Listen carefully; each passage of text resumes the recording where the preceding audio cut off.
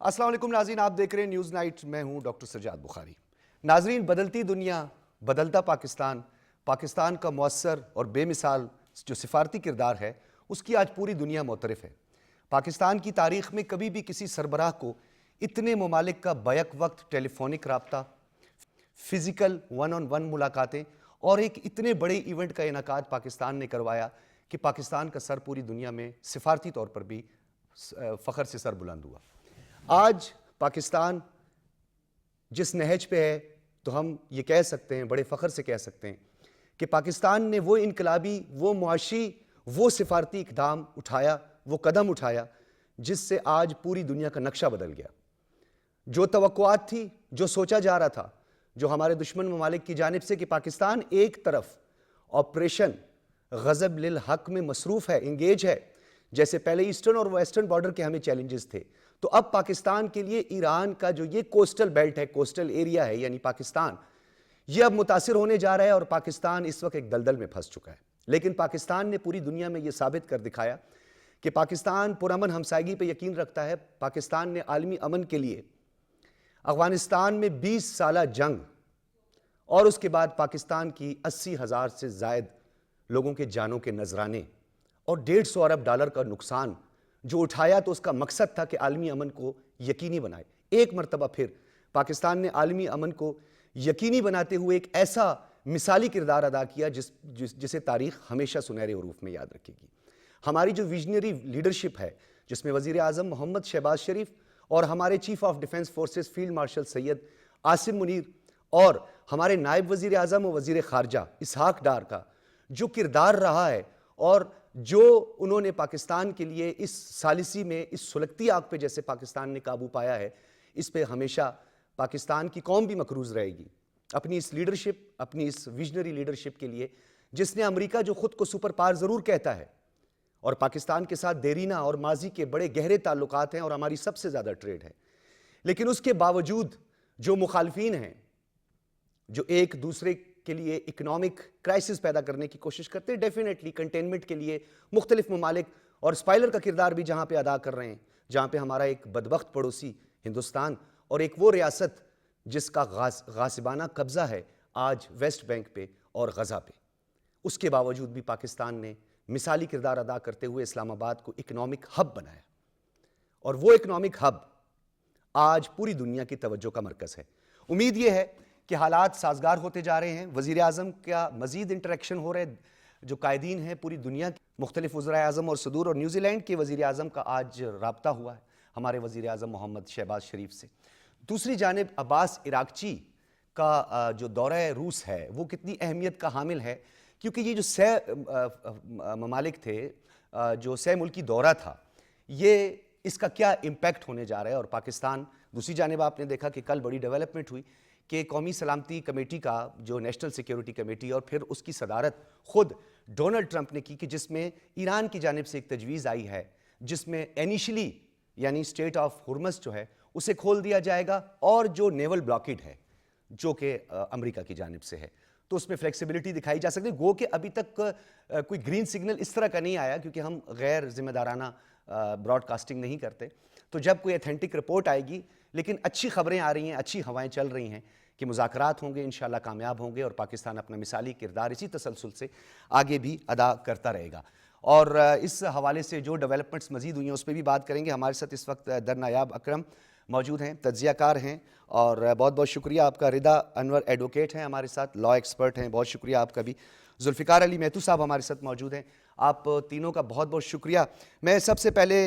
اور جی آر بلوچ صاحب ہمیشہ کی طرح ہمارے ہر دل عزیز انتہائی خوبصورت ٹرمز کا استعمال کرتے ہیں، پاکستان کی اس ثالثی اور پاکستان کی وفاقی دارالحکومت اسلام آباد جو کہ دنیا کی توجہ کا مرکز بنا، اور کس طرح اس کو پیس کے لیے جو ٹرم استعمال کی تھی، تو میں چاہوں گا جی آر بلوچ صاحب آپ سے گفتگو کا آغاز کیا جائے، اور وہی ٹرمز آج پوری دنیا میں لوگ استعمال کر رہے ہیں جو آپ نے ہمارے شو میں کیے ہیں۔ جی بہت شکریہ۔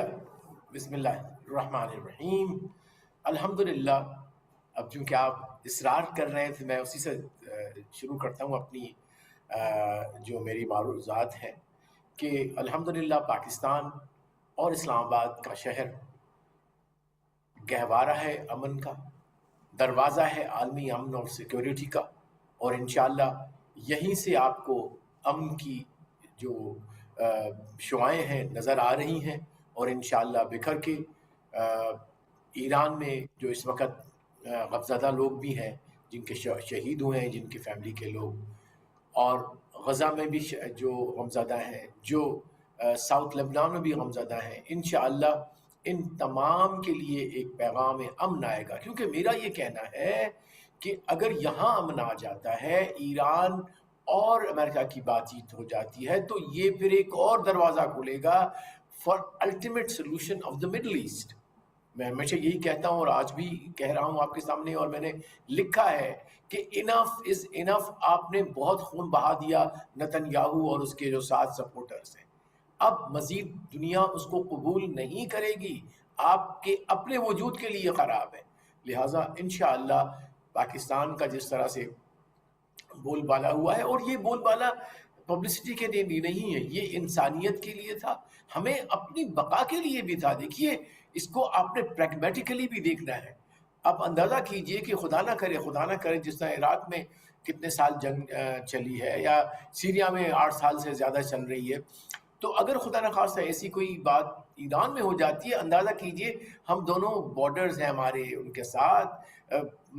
اور بہت سارے روٹس ہیں جن سے یہ جو انسرجنسی تو پھر اپنے راستے اندھے بناتی رہتی ہے نا، وہ تو پھر اس کے تو انپریڈکٹیبل ریزلٹس ہوتے ہیں. تو یہ ایک ہمارا اپنا جیو اسٹریٹجک انٹرسٹ ہے جس کی وجہ سے ہم نے کیا ہے. اور پھر یہ کہ پورا مڈل ایسٹ ایک، ہمیشہ میں کہتا ہوں کہ دل ہے امہ کا، تو اس کو ہم کیسے بھلا سکتے ہیں، کس طرح اور جبکہ آپ کے بس میں تھا، یا تو ہے کہ بے بس ہو. لیکن پاکستان الحمدللہ ایک مڈل پاور ہے، ایک مسلمان nuclear power, the only nuclear power ہے، ایک کریڈیبل آرمی ہے، اور جو حب الوطن اور حب الامہ والے پاکستانی ہیں. دیکھو یہ ایک اور چیز جو آپ ہمیں کہنی چاہیے کہ ہم صرف حب الوطن بھی نہیں ہیں، ہم لوگ محب جو ہیں وہ اپنی پوری جو امہ ہے مسلم، اس کی محبت کرنے والے ہیں. اور اسی وجہ سے، اسی جذبہ ایمانی سے ہم اپنی ڈپلومیسی کو بھی اصول پہ چلاتے ہیں، اپنی جو فورن جی پالیسی بلوچ ہے ان صاحب، کو بھی جو اسی اصول پہ بیلنس تھا، چلاتے ہیں. ڈپلومیٹک جی بیلنس ہم نے دیکھا پاکستانی جو قیادت اور جو ہمارا پورا ڈائسپورا ایون کے، میں تو یہاں پہ یہ بھی کہوں گا، درِ نایاب صاحبہ میں آپ کی طرف آؤں گا، یہ بڑا ایک امپورٹنٹ ہے کہ جو پاکستان کی عوام ہے، پاکستان کی 25 کروڑ عوام کے جو جذبات ہیں اس پورے کانفلکٹ کو لے کر، اور بار بار اسلام آباد کی طرف دیکھ رہے ہیں کہ امن کا دروازہ یہیں سے نکلے گا. اور ڈیفینیٹلی جس طرح جے آر بلوچ صاحب نے بھی کہا، تو ایک طرف تو ہم مارکہ حق کے حوالے سے جو ہے اب ہم اس کا جشن بھی منائیں گے، وہ پاکستان کی ایک بہت بڑی تاریخی وکٹری بھی ہے. اور ایسے حالات میں اسپوائلرز کس طرح اس کو کوشش کر رہے ہیں کہ سبوٹاج کرنے کے لیے، اور پیرالل جو ہماری لیڈرشپ ہے وہ ان تمام محاذ پر کام کر رہی ہے، اور بڑے بہترین طریقے سے کاؤنٹر اسٹریٹجک جو جسچر ہے ہماری لیڈرشپ کا، اس کے بارے میں بھی ذرا بتائیے گا. اچھا، thank you so much for having me. میں نے آج ہی سوشل میڈیا پر پوسٹ کیا تھا، کیونکہ میں جب بھی اٹھتی ہوں اور میں اپنا سوشل میڈیا آن کرتی ہوں پلیٹ فارم پہ، تو مجھے ایکس پر کوئی کسی نئے ملک، کسی نئے آرگنائزیشن کی طرف سے پاکستان کے سٹانس کی ویلیڈیشن نظر آتی ہے پچھلے کچھ ہفتوں سے. تو یہ ایک آئی ٹک اٹ ٹو ہارٹ، اور میں نے یہ پوسٹ کیا تھا کہ پیس ہو یا نہ ہو، لیکن ہماری جنریشن جو جس نے سارا بچپن، سارا لڑکپن یہ سنتے ہوئے گزرا ہے، do more, Taliban Khan, snacks in your back yard, تو ہمارے لیے ہاربنجر آف پیس جیسے ٹرمز کا اپنے کانوں میں سننا، اپنے پرائم منسٹر کے لیے، پاکستانی پرائم منسٹر کے لیے، پاکستانی فیلڈ مارشل کے لیے، it's nothing short of manna from heaven. میرا خیال ہے یہ تو خون کو گرما دیتی ہے یہ ٹرمز جو ہیں. سب سے پہلی بات تو یہ، اور میں نہیں، میرا خیال ہے پاکستان اور پاکستان سے باہر رہنے والا ہر پاکستانی اس وقت اس جذبے کو، اس حب الوطنی کو بہت محسوس کرتا ہے. ان کے ریٹرک میں بھی یہ باتیں نظر آتی ہیں. ہاں، اگر بات کی جائے اسپوائلرز کی، تو دشمن عناصر تو گھر کے اندر بھی ہیں اور گھر کے باہر بھی ہیں. ایک نیکسس ہے جو کہ ایک سیاسی جماعت کے کارکنان کا بھی ہے، ساتھ ساتھ ہمارے نیبرز کا بھی ہے، ساتھ ساتھ ہماری ایک آئیڈیولوجیکل جو ایڈورسری ہے ان کا جو نیکسس بنا ہوا ہے اسرائیل، انڈیا اور پی ٹی آئی، ان کے سوشل میڈیا وارریئرز کی وکیبلری میں وہ نفرت ضرور نظر آتی ہے. اس کے علاوہ تو میرا خیال ہے کہ صرف پاکستان نہیں، پاکستان کے باہر کی عوام بھی، چاہے وہ ایران کے اندر ہو، چاہے وہ ترکیہ ہو، چاہے وہ یو ایس ہو، چاہے وہ یورپین ممالک ہو، ان تمام ممالک اور ان تمام ممالک میں بسنے والے لوگ اس ٹاسک پہ تو پاکستان کے پیچھے کھڑے ہوئے نظر آتے ہیں کہ پاکستان نے جو کر دکھایا ہے وہ کوئی مڈل پاور کیا، کوئی بگر اکانومی بھی نہیں کر پاتی. ہاں، اب یہ جو عالمی توجہ کا مرکز پاکستان بنا ہے، یہ صرف ایک دن کی نہ ہی رزلٹ ہے، نہ ہی ایک دن میں ہوا ہے. It's not a miracle, it's not an overnight miracle. اگر ہم پچھلی 1.5 سال سے دیکھیں تو بڑا آپ نے ناریاب بڑا ایک اہم نقطہ آپ نے اٹھایا ہے. میں چاہتا ہوں کہ اس کی بڑی آسان الفاظ میں ذرا کلیئرٹی جو ہے وہ ضروری ہے کہ یہ کوئی جادو کی چھڑی نہیں تھی. اس کے پیچھے ایفرٹس تھی، اس کے پیچھے جو ہے ہماری دفاعی قوت تھی، اس میں ہماری ریکگنیشن تھی، یا ہمارے ڈپلومیٹس کا کنٹریبیوشن تھا، ہمارے فیلڈ مارشل کی جو پرسنالٹی ہے، جو ہمارے پرائم منسٹر کا جو ویژن ہے، یہ تمام چیزیں جو تھی، یہ تمام عوامل کار فرماتے. میں چاہتا ہوں کہ ذرا اس پہ تھوڑے سا روشنی ڈالیے گا. ڈیفینیٹلی یہ ملٹی ڈومین ڈپلومیسی جو ہم نے پرسو کی ہے، یہ اس سے پہلے نہیں دیکھی، کم دیکھی گئی ہے. میں یہ تو نہیں کہہ سکتی کہ نہیں دیکھی گئی. آف کورس وہ پاکستان ہی تھا جو ہنری کسنجر کو اوور نائٹ چائنا لے گیا تھا، وہ پاکستان ہی تھا جس نے جنیوا اکارڈز کیے تھے، وہ پاکستان ہی تھا جس نے دوحہ اکارڈز کیے تھے. تو آئی کین ناٹ سے کہ یہ نہیں ہوا، لیکن پہلی دفعہ ہم نے یہ دیکھا کہ کوئی کسی کی ٹانگ نہیں کھینچ رہا تھا. ایسے نہیں ہو رہا تھا کہ اگر پرائم منسٹر نے کوئی بات کہی ہے تو پرائم منسٹر کی ہی پارٹی میں سے کوئی اٹھ کر کہہ دے کہ یہ پولیٹیکل گڈ ول کے لیے ہو رہا ہے. ایسے نہیں تھا کہ آرمی چیف کی انتھک محنت کو ہم یہ کہیں کہ آرمی چیف ہماری ڈومین کے اندر کیوں آ رہے ہیں. یہ جو ون ٹریک ڈپلومیسی چلی ہے، جس نے نہ صرف اس کے اندر فارن آفس کا بہت بڑا ہاتھ ہے. میں واشنگٹن ڈی سی میں ہوں. اچھا، میں یہاں سے جو ہے اس کو تھوڑا سا مزید آپ کی گفتگو کنکلوڈ کرتا ہوں. میں نے پھر دونوں اپنے مہمانوں کے پاس واپس آنا ہے. یہاں پہ جو پاکستان کا مین سٹریم رسپانسبل میڈیا اور بالخصوص جو اسٹیٹ میڈیا کے حوالے سے، میں کوئی اپنی ذات کی اسٹیٹ کی، میں آپ کو ایک اوورآل حقائق جو ہے وہ آپ کے سامنے رکھنا چاہتا ہوں کہ جو رسپانسبل میڈیم ہوتے ہیں وہ معاشرے کا وہ معاشرے کی آنکھ ہوتے ہیں. معاشرہ کیونکہ ہم پہ ڈیپینڈ کرتا ہے، تو ذمہ دارانہ جو صحافت ہے اس میں، اور بالخصوص جو براڈ کاسٹنگ ہے، اور جس طرح پاکستان ٹیلی ویژن کا پورا نیٹ ورک تھرو آؤٹ ہمارے میڈیا کا بہت اچھا کنٹریبیوشن رہا ہے، بڑا پازیٹیو جسچر رہا ہے ہمارے سوشل میڈیا کا بھی. لیکن جو ہمارا اسٹیٹ رن میڈیا ہے، اور جو براڈ کاسٹنگ، جو ایتھکس، جو ڈسپلن اور جو رسپانسبل جو ہماری اسٹیٹمنٹس رہی ہیں، ہمارے انالیسز یا ہمارے جو یہاں پہ اوورآل گیسٹ آئے ہیں، ان کا بھی بڑا پازیٹیو رسپانس رہا ہے. تو تھرو آؤٹ اس رسپانسبلٹی میں ایک میڈیا فرنٹ بھی تھا، اور میڈیا نے بھی وہاں پہ ایک فرنٹ رول کا جو ہے کردار ادا کیا. اچھا ناظرین، جہاں پہ ہم بات کرتے ہیں ہمارے انٹرنیشنل ایشوز ہیں، یا جو مڈل ایسٹ کا کرائسس تھا، جو کانفلکٹ ہے، یا پاکستان کی میڈیشن ہے، یا پاکستان کی سفارتی کوششیں، وہیں پہ ہم اپنے نیشنل اور ڈومیسٹک ایشوز کو نظر انداز نہیں کرتے، کیونکہ پاکستان کی 25 کروڑ عوام کے بیسک فنڈامنٹل اور کانسٹیٹیوشنل ود پولیٹیکل جو رائٹس ہیں، ان کو پروٹیکٹ کرنا جو منتخب نمائندے ہیں وہ اس حوالے سے کرتے رہے ہیں. مختلف حکومتوں کی رسپانسبلٹی ہے. اسی حوالے سے بڑی ڈیولپمنٹ ہوئی ہے، فرسودہ نظام اور وہ قوانین جو ڈسکرمنیشن کا سبب بنتے ہیں. 18 سال سے کم عمری کی شادی قابل گرفت، قابل سزا جرم اور سنگین سماجی برائی. پنجاب اسمبلی میں برسوں سے زیر التوا چائلڈ میرج اور جو بل 2026 منظور ہوا ہے، سخت سزاؤں کی منظوری ہے. 18 سال سے زائد عمر کے سے کم نکاح پر 2 سے 3 سال قید اور 5 لاکھ روپے جرمانہ ہوگا. اب 18 سال سے کم جو بچیاں ہیں ان کے لیے یہ بہت اچھی خبر، یہ والدین کے لیے بہت اچھی خبر ہے. پاکستان کی سوسائٹی میں خاتون، ماں، بہن، بیٹی، اس کی جو امپورٹنس ہے اس کو پنجاب حکومت نے بڑی خوش اسلوبی سے اور بڑا یہ ایک اچھا انیشیٹو لیا ہے. Chairperson child protection and welfare bureau Sara Ahmed کا اہم قانون سازی پر وزیر اعلیٰ پنجاب کو خراج تحسین پیش کیا گیا ہے. پنجاب چائلڈ میرج جو بل ہے یہ 2026 بچیوں کی محفوظ مستقبل کی ضمانت ثابت ہوگا، یہ چیئرپرسن سارہ احمد کا کہنا ہے. اور کم عمری میں شادی کے متعدد واقعات، اور خاص طور پہ جو ہمارے رورل ایریاز ہیں، انفارچونیٹ اویئرنیس کی زیادہ سے زیادہ ضرورت ہے. جہاں گورنمنٹ اپنا کام کر رہی ہے وہاں جو ہمارے سماجی ادارے ہیں, فلاحی ادارے ہیں, وہ کوشش کریں کہ اس طرح کی جو چیزیں ہیں ان کو انکریج کریں. اور جو خواتین کے حوالے سے, جو کہ ہمارے معاشرے میں بلکہ ایک پورے خاندان کے لیے ایک عورت کا بہت بڑا کردار ہے. عورت ماں سے بڑھ کے درجہ, یعنی پھر اس کے بعد اگر آپ بہن, بیٹی, بیوی اور آگے آپ بڑھتے جائیں, تو جو اللہ پاک نے جو عورت کو مقام دیا ہے, اور پھر جو ڈسکرمنیشن کے حوالے سے ایک منفی پروپیگنڈا ہمیشہ ہمارے خلاف ایک فالز نیریٹو بلڈ کیا جاتا ہے, گوا کیونکہ ایک پرسیپشن تو موجود ہے. واقعات بھی انفارچونیٹ اس طرح کے کافی ہوئے ہیں, متعدد واقعات بھی رپورٹ ہوئے ہیں. تو اس حوالے سے انتہائی یہ اہم ناظرین ڈیولپمنٹ ہے. ڈیفینیٹلی جو اس وقت لیجسلیشن ہو رہی ہے, پنجاب گورنمنٹ کا اوورآل جو کردار ہے, صوبوں نے اپنا کنٹریبیوشن سب کر رہے ہیں, اپنی اپنی کیپیسٹی میں رہ کر رہے ہیں, لیکن جو غیر معمولی فیصلے کیے جا رہے ہیں پنجاب گورنمنٹ کی جانب سے,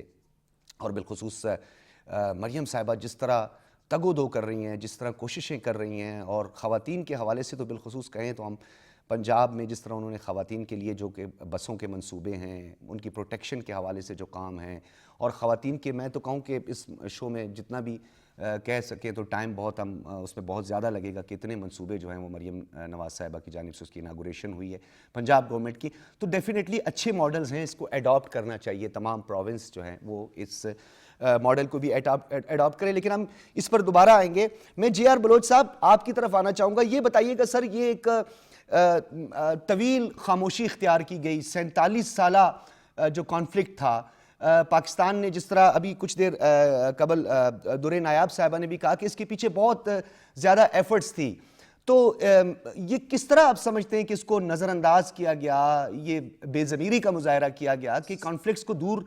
کر دینا چاہیے, اور پاکستان نے یہ کر دکھایا؟ ڈیفینیٹلی دیکھیے اس میں دیکھیے انٹرنیشنل پالیٹکس کا اپنا ایک ڈائنامکس ہوتا ہے, لیکن ساتھ ساتھ جو انٹرنیشنل کمیونٹی ہے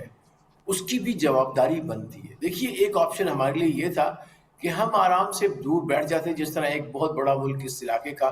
دور سے تماشا دیکھ رہا ہے, بلکہ اس دشمن سے بغلگیر ہو رہا ہے جو ہر دن ایک اپنے ہاتھ کسی مسلمان معصوم شہری, کسی عرب یا کسی ایون کرسچن لبنان میں, غزہ میں, اور اب تو ایران میں بھی اور سیریا میں اپنے ہاتھ اسی سے رنگین کرتا رہتا ہے. تو اس کے ساتھ 2 دن پہلے جا کے ملا ہے مودی. تو ایسی بھی کنٹریز ہیں جو اپنے آپ کو ادروائز اس دنیا میں, اس خطے میں ایکچولی نیٹ سیکورٹی پرووائڈر کی کلیم کر رہے تھے, اور دنیا میں بڑا مقام حاصل کرنے کی کوشش کر رہے تھے کہ جی ہمیں تو سیکورٹی کاؤنسل میں جا کے بیٹھنا ہے یو این کی. اور ان کے کردار دیکھیے, ان کے گفتار دیکھیے, اور ان کی ضمیر دیکھیے, اور سب سے اہم کہ ان کا اسٹریٹجک ویژن دیکھیے. میں نہیں کہہ رہا, ان کے اپنے جو مسٹر ٹھاکر ہیں جو بڑے رائٹر بھی ہیں, ان کے یو این میں بھی رہے ہیں, اس نے کہا کہ میں اس سے بدتر کوئی فیصلہ, میں پوری تاریخ جو ان کی ہے 70 سال کی ہندوستان کی, وہ کہہ رہا تھا کہ میں نہیں سمجھتا کہ جس طرح مودی نے جو اختیار کیا ہے stands on this war, and especially جو اسرائیل کے ساتھ جا کے کھڑا ہو گیا ہے. تو اب یہ نہیں کہ وہ ایک ہی دفعہ تھا یا مس کیلکولیشن تھی, اس نے ایک ڈیلیبریٹ ڈیسیژن لیا ہے کہ اس نے یہ ایک الائنس بنانی ہے اسرائیل کی اور ہندوستان کی. اور جو میں کبھی کبھار اس چیز کو نہیں یقین کرتا تھا کہ جو یہود اور ہنود کی بات جو کرتے تھے لوگ کچھ, جس میں یہودی شامل نہیں ہے, چاہے کہ اس میں زائونسٹ ہے, لیکن وہ جو اصطلاحاً استعمال ہوتی تھی, تو اور ہندو بھی, سب ہندو ہمارے یہاں. اچھا, میں بیسٹر صاحب ایک بڑا اہم سوال آپ کے لیے چھوڑے جا رہا ہوں کہ ایسے حالات میں کہ جب ہمارا ایک واضح موقف ہے, ہماری فارن پالیسی ہے, ہمارے قائد اعظم محمد علی جناح جو ہمارے قائد ہیں, یہ ان کی تعلیمات کہیں, ان کے نظریات کہیں, یا پاکستان کے اس ویژن میں, یا پاکستان کا جو بین الاقوامی طور پر سٹانس ہے, اس میں جو پاکستان کا کردار ہے کہ ہم اس غاصب ریاست کو کسی صورت پہ قبول نہیں کرتے, ہم اس کو ملک نہیں سمجھتے, اس پر بھی قائم ہم رہے, اس پر وہ ہمارا موقف بھی قائم, اس پر بھی ہم رہے. افغانستان کے اندر جو پراکسیز جو تھی, اور جو افغانستان کے اندر جو جس طرح فنڈنگ ہو رہی ہے, ہم نے وہاں پہ اپنا آپریشن کیا, ہم نے اسے بھی جاری رکھا, ہم نے ایران کو بھی انگیج کیا, ہم نے یو ایس کو بھی انگیج کیا. اس حوالے سے میں پھر آپ کے پاس دوبارہ آؤں گا, اور کیونکہ ناظرین ہم 18 سال سے کم عمر کی شادی کے حوالے سے یہ بھی جی آر بلوچ صاحب بھی بڑا ایک امپورٹنٹ آپ بھی جانتے ہیں کہ یہ ایک ڈیمانڈ ہے عوام کی، اور یہ پاکستان اپنے ڈومیسٹک ایشوز اور نیشنل ایشوز کو نظر انداز کسی صورت نہیں کرتا. پیرلل جو ہے ہماری جو گورنمنٹ ہے وہ اپنا کام کر رہی ہے، ایڈمنسٹریشن اپنا کام کر رہی ہے، لیجسلیٹرز اپنا کام کر رہے ہیں، فارن آفس اپنا کام کر رہے ہیں، ہماری لیڈرشپ جو ہے وہ اپنا کام کر رہی ہے. ذوالفقار علی مہتو صاحب یہ بتائیے گا، یہ اتنی بڑی ڈیولپمنٹ ہوئی ہے، قابل گرفت جو ہے، یہ پھر سزا بھی ہے، اس میں یہ بھی بتایا جا رہا ہے کہ 3 سے 5 سال تک کی سزا جو ہے وہ بھی مختص کی گئی ہے. تو اس ڈیولپمنٹ کو آپ کس طرح دیکھتے ہیں اور یہ اس کی کتنی ضرورت تھی؟ اس کی ضرورت بہت زیادہ تھی ڈاکٹر صاحب، اس لیے کہ یہ 1929 کا لا جو تھا وہ ابھی تک امپلیمنٹ تھا پنجاب کے اندر.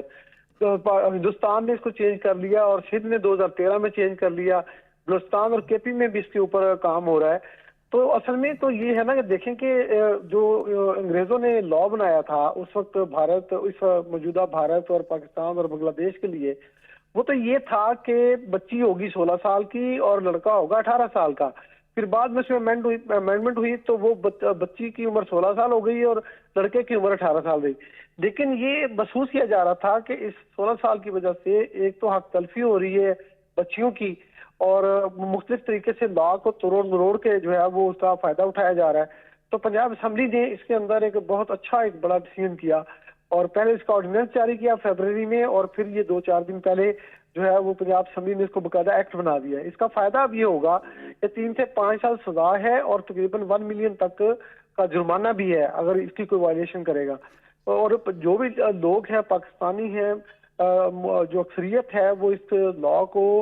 بہت خوشائند قرار دے رہی ہے، اور میں سمجھتا ہوں کہ واقعی اس کی ضرورت ہے. اور اسلامی کئی ملکوں میں، یعنی آپ اور یہ انفارچونیٹ ہے ذوالفقار علی صاحب،